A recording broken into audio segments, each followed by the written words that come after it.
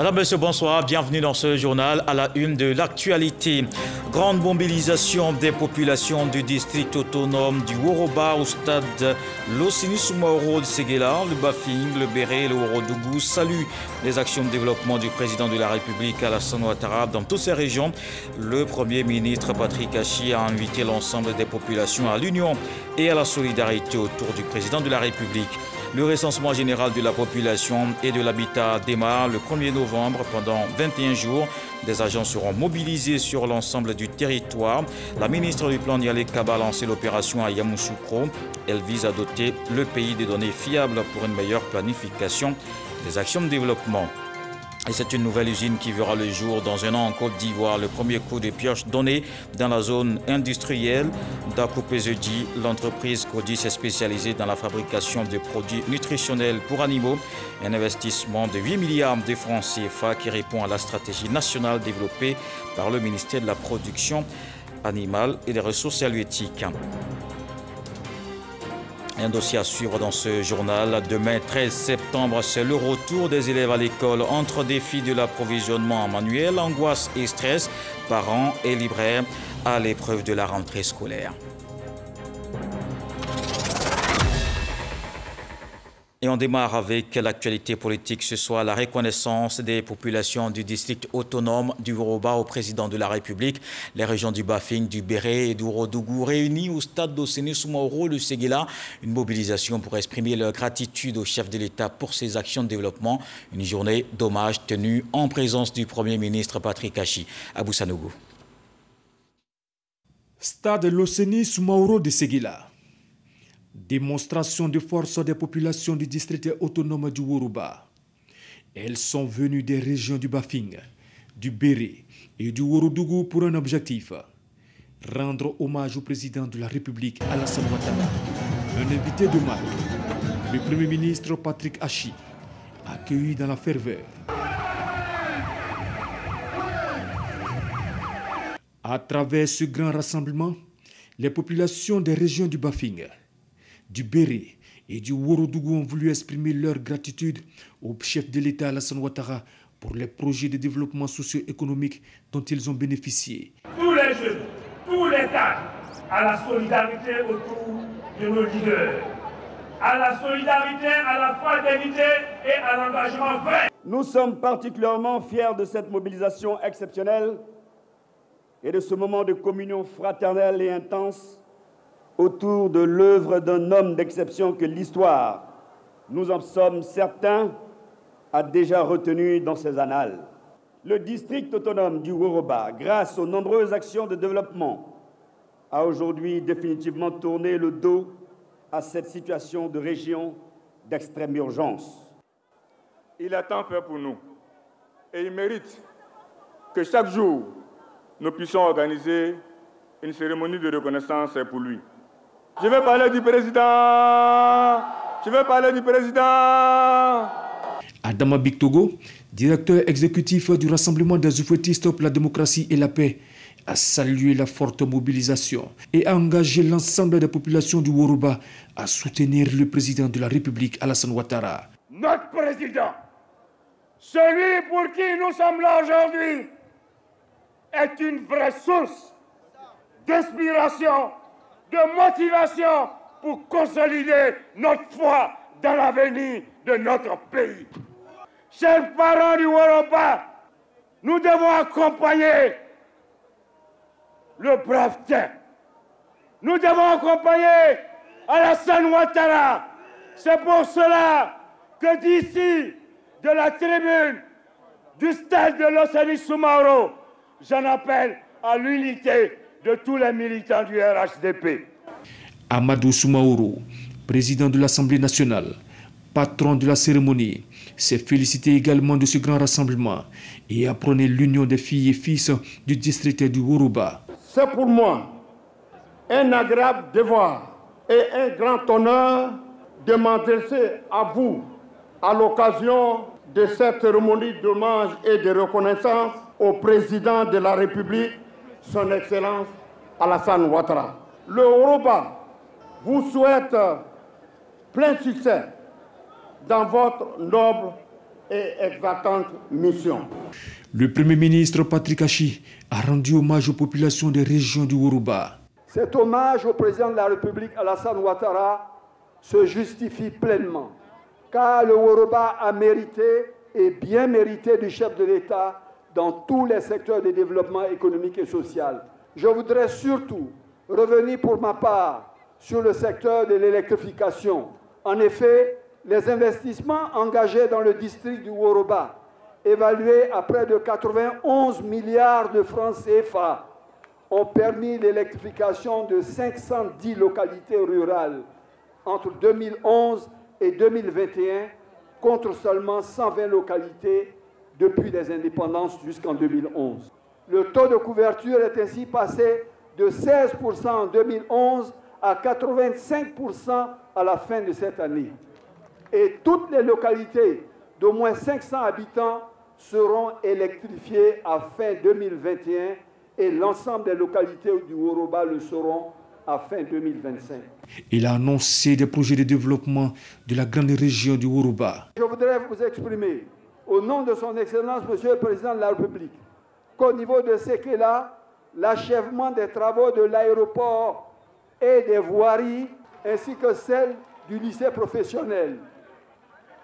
La construction d'un établissement d'enseignement technique est également prévue dans chaque région du Yoruba au titre du PLD 2021-2025. Je voudrais enfin vous remercier, avec vous remercier son Excellence, Monsieur le Président de la République, pour ce parti, le RHDP, formé sous l'impulsion du Président, que nous célébrons aujourd'hui, et qui veut incarner et faire vivre concrètement la politique du président Félix Houphouët-Boigny, père fondateur de la Côte d'Ivoire moderne. Une philosophie construite sur deux valeurs fondamentales, la paix et le développement. Notons qu'avant l'entame de la cérémonie, le Premier ministre Patrick Achi, le président du Sénat Jano Aoussou-Kouadio et Akaoulé Eugène, président du CESEC, ont déposé des gerbes de fleurs sur la tombe de l'ancien Premier ministre Ahmed Bakayoko, décédé le 10 mars 2021. Et plusieurs personnalités ont effectué le déplacement. Je vous propose à présent quelques réactions avec Abou Sanogo. C'est le moins qu'on puisse faire aujourd'hui pour le président de la République, pour son leadership en matière de développement, non seulement pour la Côte d'Ivoire, non seulement spécifiquement pour une région, pour la région de Côte d'Ivoire, mais je dirais même pour l'Afrique et pour le monde. Il méritait que ça et là, on lui rende hommage comme ça vient d'être fait. Celui qui ne reconnaît pas les bienfaits de l'homme ne reconnaît pas les bienfaits de Dieu.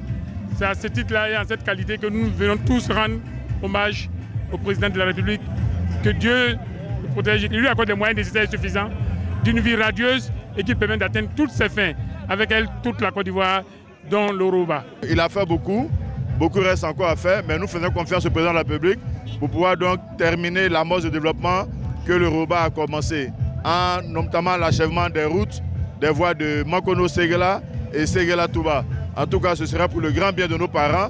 Un très grand moment et je suis fier d'être présent aujourd'hui parce que le président a besoin de notre soutien, a besoin qu'on lui rende hommage pour tout le travail accompli.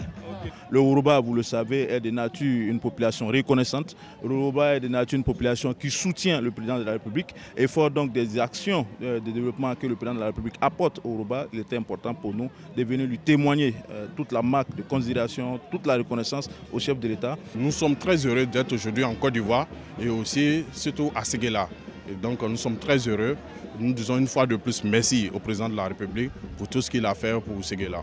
Un discours rassembleur, un discours de sincérité, un discours d'engagement et un discours futuriste. Il faut remercier le Premier ministre car vraiment il est efficace et sa présence ici aujourd'hui nous a permis de comprendre que la Côte d'Ivoire est en marche. Et à présent, cette question, combien de personnes vivent en Côte d'Ivoire? On le saura d'ici à la fin de l'année. Le recensement général de la population et de l'habitat démarre le 1er novembre. L'opération lancée par la ministre du Plan et du Développement, Nyale Kaba Yamoussoukro. Le pays pourra disposer de données statistiques fiables pour assurer le développement. Kader Sogodogo. Combien sommes-nous exactement en Côte d'Ivoire? Où vivons-nous? Combien y a-t-il d'hommes et de femmes? Voici autant de questions auxquelles le recensement général de la population et de l'habitat, RGPH 2021, viendra répondre. Il est prévu du 1er au 21 novembre 2021. L'annonce a été faite par la ministre du Plan et du Développement, Nialé Kaba, à l'ensemble du corps préfectoral ivoirien, réuni au pied de la basilique à Yamoussoukro.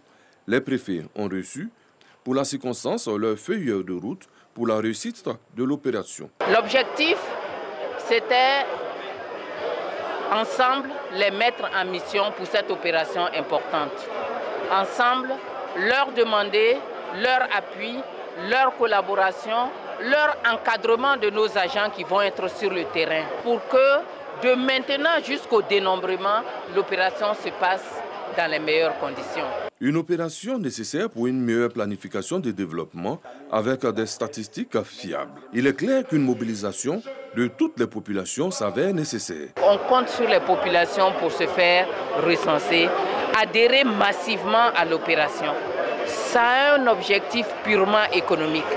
Si on ne connaît pas la taille des populations, on ne peut pas dimensionner les infrastructures. On ne peut pas dimensionner les actions ciblées. Le recensement général de la population et de l'habitat 2021 est le 5e du genre en Côte d'Ivoire. Était présent à son lancement, aux côtés de la ministre du Plan et du Développement, Nialé Kaba, le président de la Chambre nationale des rois et chefs traditionnels de Côte d'Ivoire et le ministre-gouverneur de Yamoussoukro, Dr Augustin Thiam. Et c'est aussi l'heure de la mutualisation des moyens pour lutter contre les désinformations sur les réseaux sociaux.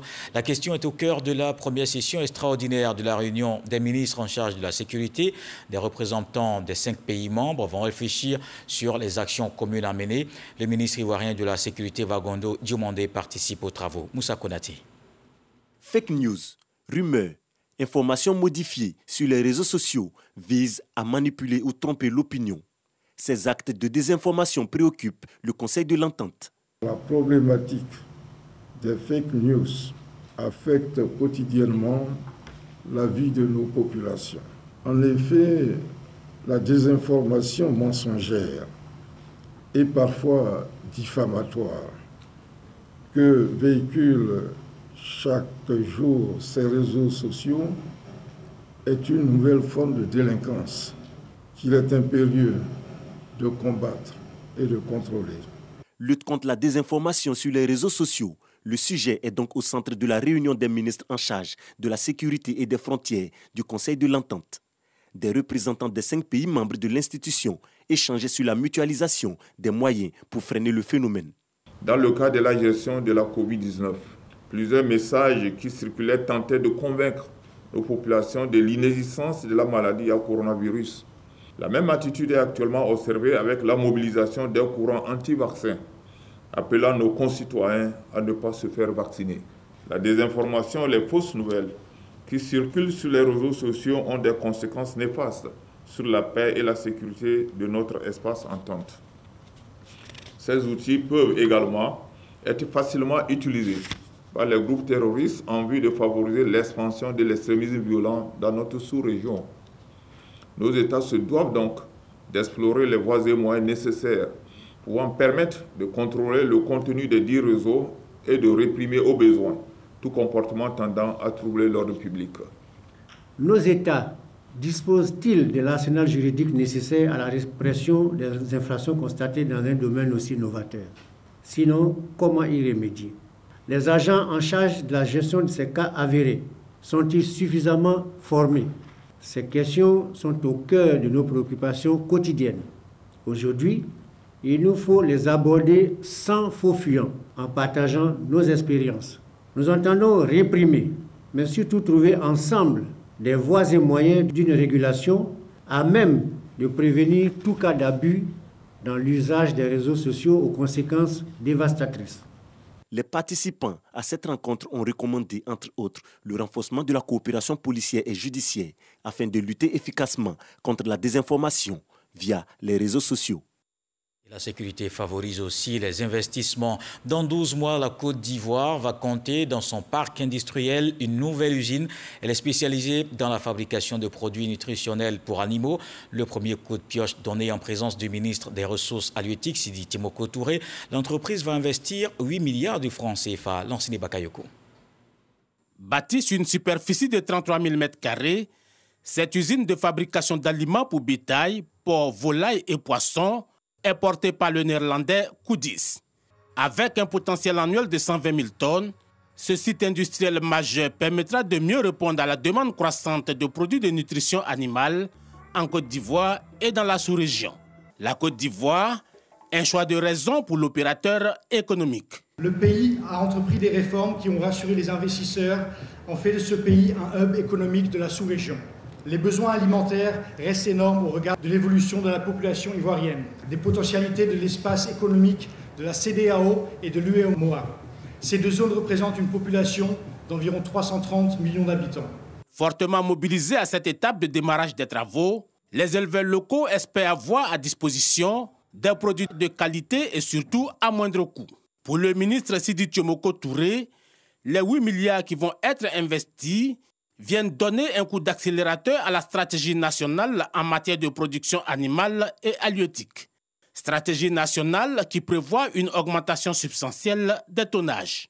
Je voudrais vous accompagner dans ce processus qui est de faire du secteur des ressources animales halieutiques un secteur compétitif, une source de création de richesses et d'emplois décents et stables pour une alimentation saine, nutritive et suffisante, respectueuse de l'environnement, couvrant les besoins alimentaires et nutritionnels nationaux et tournée surtout vers la conquête de marchés régionaux.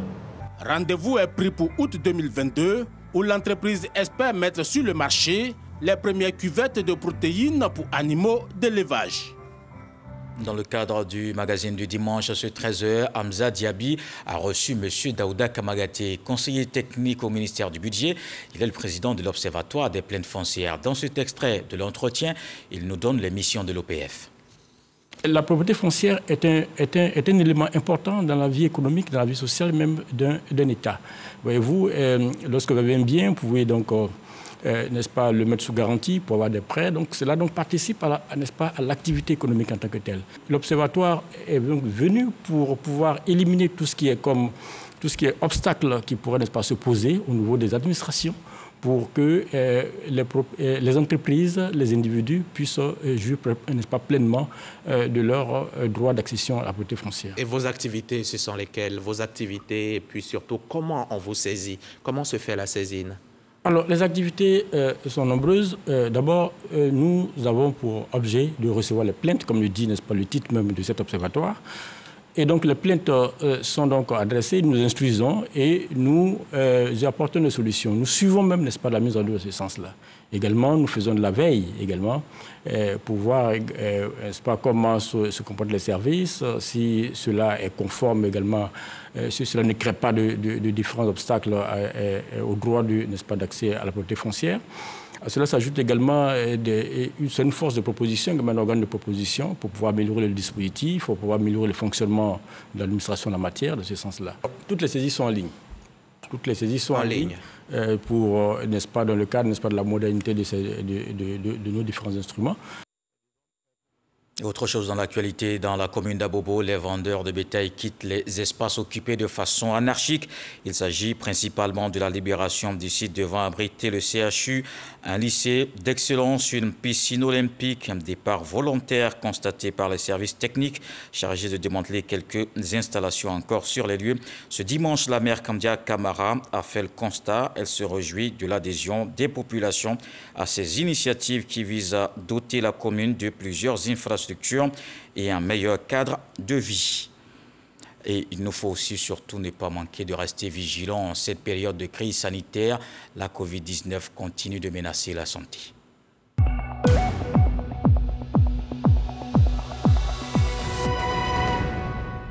La Côte d'Ivoire renforce son dispositif de vaccination. Le pays vient de recevoir plus de 373 000 doses de vaccins Pfizer. Le lot réceptionné hier à l'aéroport international Félix Houphouët-Boigny d'Abidjan. C'est un don des États-Unis qui s'inscrit dans le cadre de l'initiative COVAX. Walter Amadou Ouattara. Aéroport Félix Houphouët-Boigny d'Abidjan, samedi 11 septembre 2021. Des lots de doses du vaccin Pfizer Covid-19 sont débarqués. C'est un don des États-Unis à la Côte d'Ivoire à travers l'initiative COVAX. Et je voudrais souligner que le vaccin Pfizer est le premier vaccin à obtenir son autorisation définitive. C'est dire que c'est un excellent vaccin. Je voudrais féliciter la Côte d'Ivoire pour sa gestion de la riposte à cette pandémie. La Côte d'Ivoire s'en est sortie jusque-là bien mieux que la plupart des pays du monde et de la région. Mais maintenant, il est vraiment important de se faire vacciner parce que la variante qui sévit actuellement est plus facilement transmissible et la létalité est plus grande.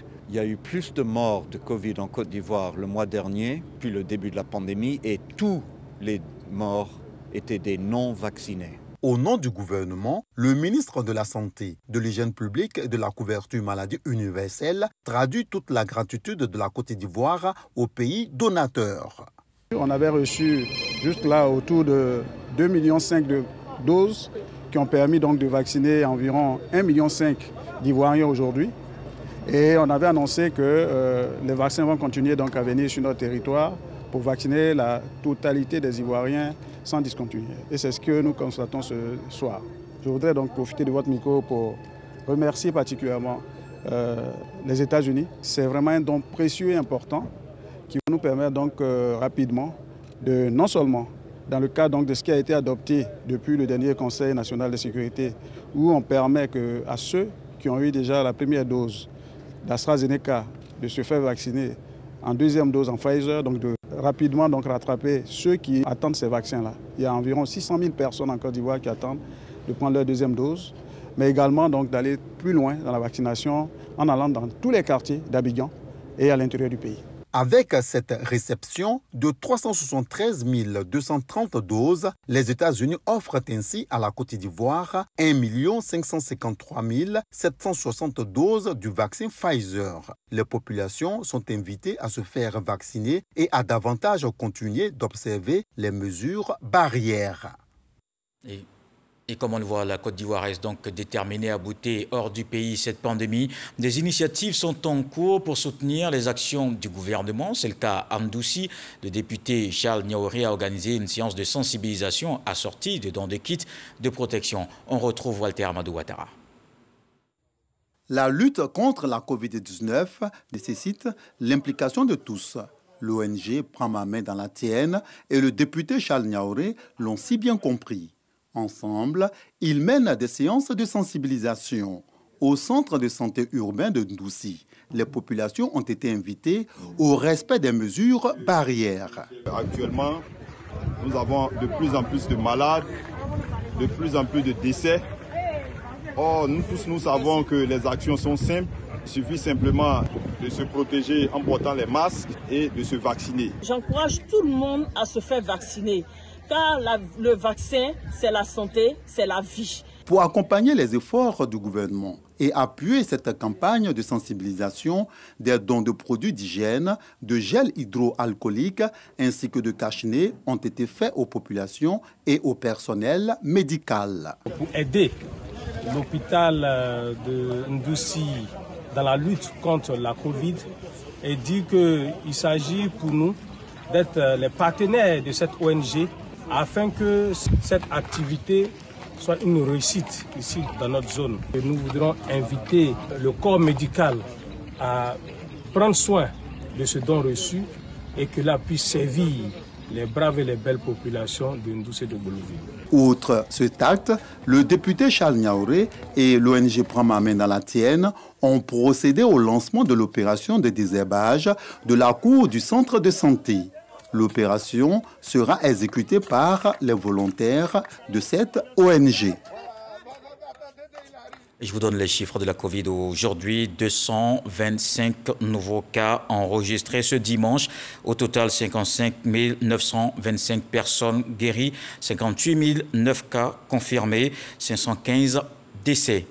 Et au niveau de l'école, les ambitions sont claires, non à la Covid. La rentrée scolaire, qui est une période d'angoisse, de stress pour nombre de personnes, une chose est certaine, les familles appréhendent différemment les préparatifs de ce retour des élèves en classe. Certains ont pris des dispositions, donc abordent plus sereinement cette période, tandis que d'autres n'ont de solution que de regarder vers le ciel pour implorer la providence divine. Les librairies dites par terre sont quelquefois sollicitées, parents et libraires, à l'épreuve de la rentrée scolaire. C'est un sujet de Walter Amadou Ouattara. La rentrée scolaire 2021-2022 est prévue pour le 13 septembre. Avant cette date, les préparatifs vont bon train. Certains parents préfèrent se tourner vers des librairies dites par terre. J'ai 4 enfants scolarisés. Nous sommes obligés de se retourner vers les libraires d'ailleurs ici pour essayer de s'entendre avec eux. Quand je ramène le livre de 6e pour prendre pour 5e, j'arrive à économiser. Je mets seulement que peut-être 1000 francs, je prends pour 5e. Il y a d'autres qui viennent changer. Et chez nous, ici, dans notre jargon, on dit ça a troqué. Alors, ils viennent déposer pour la classe inférieure et prendre pour celui de la classe supérieure. Et il y a au moins un quota à ajouter et puis ça passe. Le prix, ça varie comme ça, 500, 1000 francs, 1500 et ça va même au-delà. Ça marche un peu vraiment, hein, parce que c'est le débit. Si la situation représente une belle opportunité d'affaires pour les promoteurs de ces commerces communément appelés librairies par terre, ce n'est pas le cas dans cette papeterie située à Yopougon, carrefour sapeurs-pompiers. À 18h passées, l'équipe dirigeante des lieux place et replace les articles dans le secret espoir de recevoir des clients. La responsable laisse entendre que l'an dernier, à pareil moment, les rayons étaient bondés de monde. Cette rentrée, ça s'annonce très difficile par rapport aux autres années. On a quand même de la marchandise, on attend les clients. Tout ce qu'on a pris là, on est allé prendre chez les fournisseurs à crédit.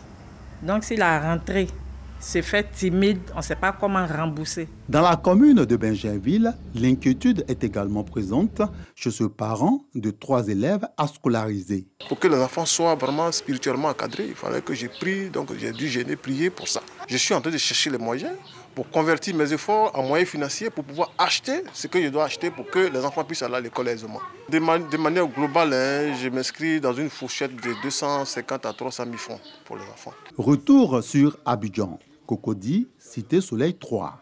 La famille Sissoko semble plus sereine. Elle a pris les dispositions pour assurer une rentrée scolaire aux 4 enfants de cette demeure à scolariser dans le privé. Frais d'inscription et manuel scolaire. 3 millions de francs CFA ont été prévus à cet effet. Il se trouve qu'on sait que la rentrée a une date fixe. Donc on se prépare par conséquent. Mes enfants vont à l'école privée. Voilà, et chaque année, on ne fait que renouveler. Déjà depuis 2 ou 3 semaines, les répétitions ont commencé, et donc je pense qu'ils sont psychologiquement prêts. Avec moi, la rentrée se prépare depuis les vacances. En fait, j'ai commencé d'abord par la lecture, parce que je dis tout le temps à mes enfants que si on ne lit pas bien, on ne peut pas faire les devoirs. Donc ils avaient des petits livres, ils ont lu pendant toutes les vacances. Et là, on a vraiment commencé les révisions. Ça peut faire 3 à 4 semaines. Ils ont 2 heures de révision tous les jours. Et ça se passe bien. Le chef de famille a reçu les différentes listes de fournitures scolaires par mail. Relativement aux écoles arrimées, au système de l'instruction française, une librairie très cotée a été recommandée par les chefs d'établissement. La famille s'y rend. Ce sont plus de 300 000 francs CFA qui sont déboursés aujourd'hui car tous les articles inscrits ne sont pas disponibles. Conscients que les parents ont fait leur part, les enfants Sissoko mesurent l'ampleur du devoir qui les attend. On a nos outils, maintenant il manque plus que le travail et puis les bonnes notes. Je prends l'engagement de bien travailler et d'avoir minimum 15 de moyenne cette année. Sur la toile, des postes laissent voir que la rentrée est la période durant laquelle on aperçoit des parents parler seuls dans la rue. Pour éviter de telles situations, le spécialiste recommande une gestion rigoureuse et planifiée du budget familial. Il ne faudrait pas percevoir ou viser que le jour de la rentrée scolaire, mais considérer la scolarisation de l'enfant sur le long terme selon le projet qu'on a pour lui. Dès que l'enfant est inscrit en CP1, commencez à épargner pour qu'il puisse avoir les frais de scolarité assurés pour le CP2, pour le CE1, le CE2 jusqu'à l'université. L'expérience nous montre qu'on a un certain montant pour les fournitures scolaires, quelles que soient les modifications qu'ils peuvent avoir au niveau du manuel. Donc on peut déjà épargner, il faut le faire. Dans tous les cas, libraires et parents d'élèves ne vivent pas de la même manière les préparatifs de la rentrée scolaire. D'une part, on se vide les poches, quelquefois dans le stress. D'autre part, on renfloue les caisses avec de bons chiffres d'affaires. Et libraire à l'épreuve de la rentrée scolaire, c'était le dossier de ce soir avec Walter Amadou Ouattara. Et en musique, le FEMUA prend fin ce soir avec un grand concert à Grand Bassam. Hier au stade de l'INGS à Makori, plusieurs artistes étaient sur la scène. Kofi Olomide, Daphné, le rappeur de Dream ou encore Kajim. Une ambiance qu'on voit avec Serge Pacom, Didi et Issa Tionayo. De grands artistes de renom venus de divers horizons pour le concert du Festival des musiques urbaines d'Anoumambou à l'INGS, Institut national de la jeunesse et des sports. 13e édition, Kofi Olomide, un des dinosaures de la rumba congolaise, au cours d'une brève prestation, égaye ses fans.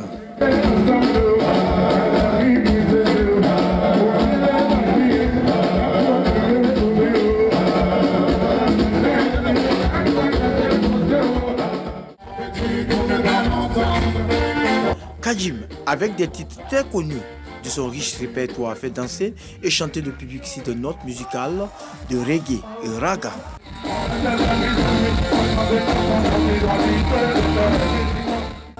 De grandes notes de nostalgie avec la chanteuse ivoirienne Maté.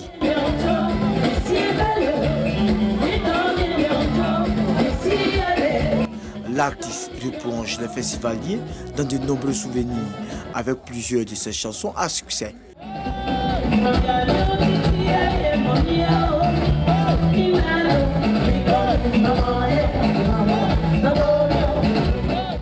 Très attendu, le rappeur international VG Dream crée l'hystérie. Le public ne boude pas son plaisir.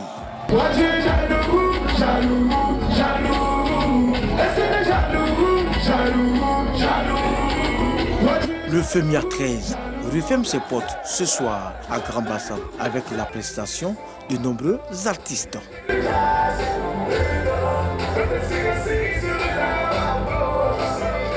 Tous les dimanches, place au tour du monde de l'actualité. Ce qui a marqué toute cette semaine d'informations, c'est dans le 7 sur 7 avec Éric Goré.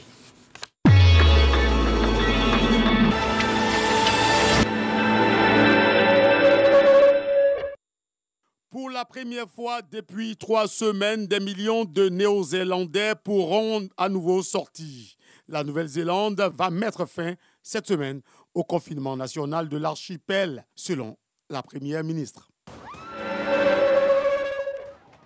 Plusieurs coups de feu en l'air ouverts par les talibans à Kaboul pour disperser une manifestation des dizaines d'Afghans qui dénoncent l'ingérence du Pakistan dans les affaires afghanes.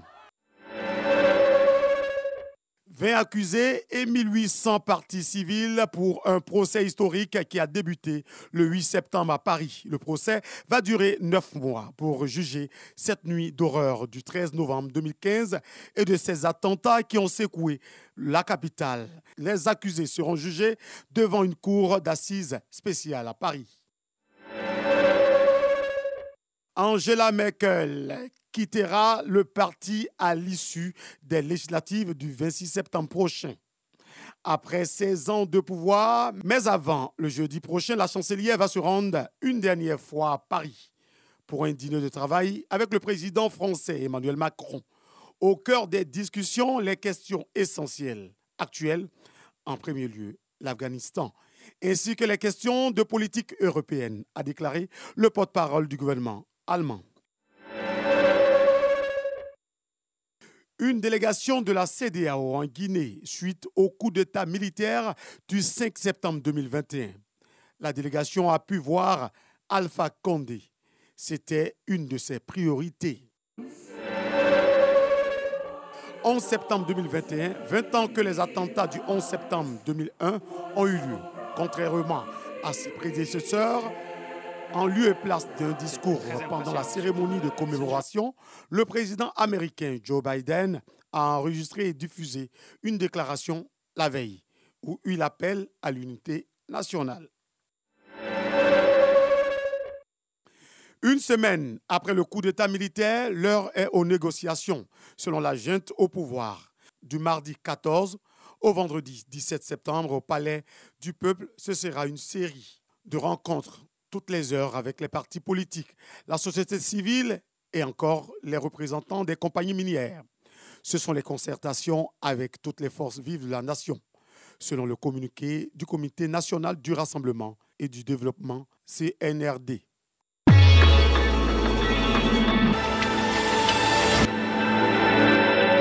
Là qui met un terme à ce journal, merci de l'avoir suivi. Je vous souhaite une fructueuse semaine et on se quitte avec ce que dit le sage ce soir.